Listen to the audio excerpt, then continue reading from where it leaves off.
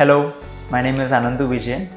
ഞാൻ കോമ്പീറ്റൻസൻ അക്കാഡമിയുടെ ഇംഗ്ലീഷ് ലാംഗ്വേജ് ട്രെയിനറായിട്ട് വർക്ക് ചെയ്യുന്നു. സോ ലാംഗ്വേജിൻ്റെ ഇമ്പോർട്ടൻസ്, കമ്മ്യൂണിക്കേഷൻ്റെ ഇമ്പോർട്ടൻസ് എത്രത്തോളം ആണെന്ന് നമുക്ക് എല്ലാവർക്കും അറിയാം. നമ്മൾ ഏതൊരു ഫോമിൽ പോയാലും ഇംഗ്ലീഷ് ലാംഗ്വേജിൻ്റെ കമ്മ്യൂണിക്കേഷൻ എത്രത്തോളം ഇമ്പോർട്ടൻ്റ് ആണെന്ന് ഞാൻ പറയേണ്ട കാര്യമില്ല. So what most of the people face is that അവർക്ക് അണ്ടർസ്റ്റാൻഡ്, നമ്മൾ പറയുന്ന കാര്യം മനസ്സിലാവും, അവർക്ക് വായിക്കാനൊക്കെ അറിയാം. എക്സ്പോഷറിൻ്റെ ഒരു കുറവ് കൊണ്ടാണ് അവർക്ക് സംസാരിക്കാനുള്ളൊരു പേടി, തുടക്കത്തിലൊരു പേടിയാണ്. സോ നമ്മൾ കോമ്പീറ്റൻസിൽ എങ്ങനെയാണ് കുട്ടികളെ ട്രെയിൻ ചെയ്യുന്നതെന്ന് പറഞ്ഞാൽ ഏറ്റവും കൂടുതൽ എക്സ്പോഷർ കുട്ടികൾക്ക് നൽകിയിട്ടാണ്.